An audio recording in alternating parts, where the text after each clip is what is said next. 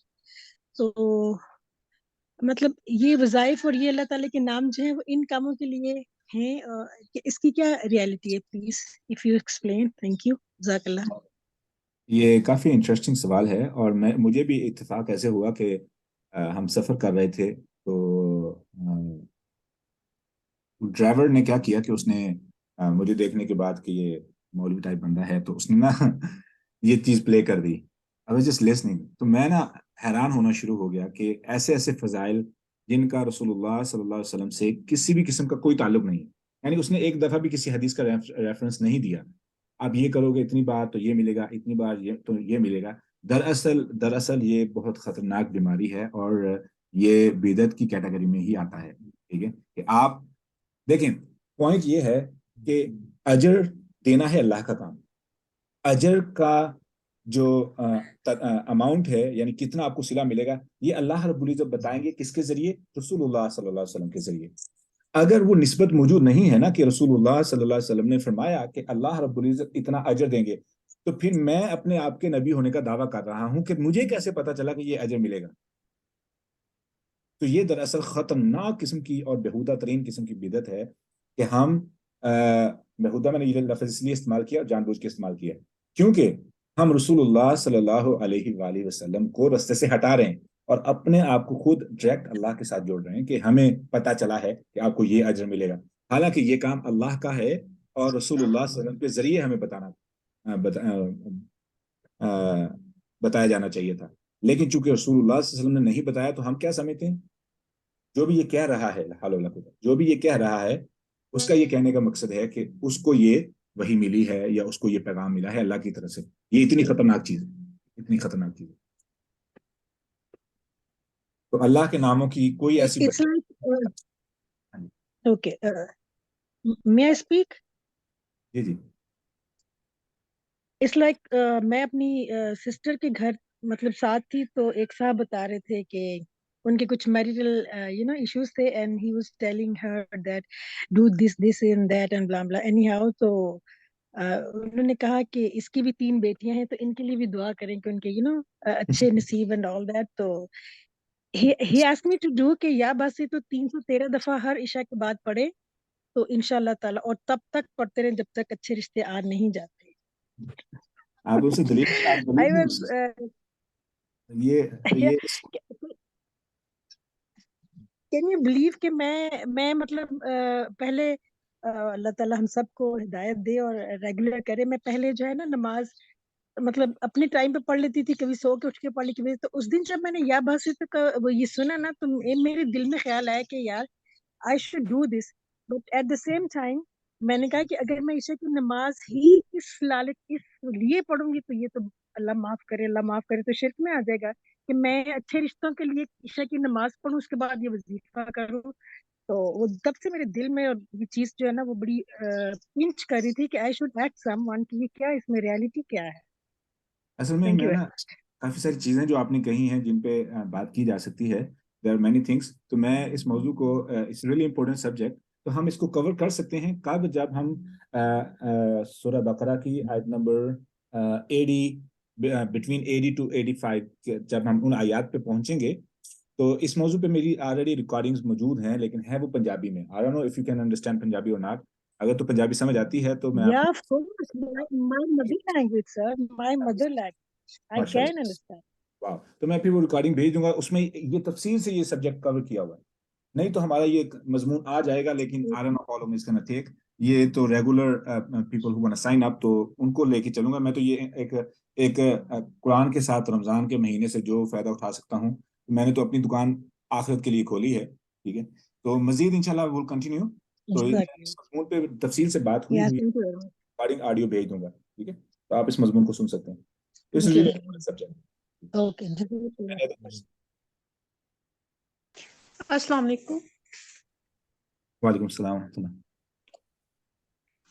سر یہ الحمدللہ کہنے سے کون سا ہارمون ریلیز ہوتا ہے؟ دراصل الحمدللہ یہ گریٹیچیوڈ ہے نا. جی تو جب آپ کسی کی فیور کو ریئلائز کرتے ہیں یا احسان کو جو ہے نا پہچان لیتے ہیں, مان اس کا تعلق تو زیادہ تر آکسیٹوسن سے ہوتا ہے. مزید I need to look into it. ابھی میں کچھ نہیں کہوں گا. That's really important. This is really سیروٹونن یہ بھی کہا جا سکتا ہے کیونکہ وہ آپ کو اپنے پرپس کے قریب کر رہے ہیں نا. تو that's another thing. ہمارا session is going to end within 1 minute. اگر کسی کو میسج کرنا ہے, سوال کرنا ہے تو گروپ کے اندر میسج کر سکتے ہیں. We'll continue from there انشاءاللہ. السلام علیکم. جزاک اللہ خیر.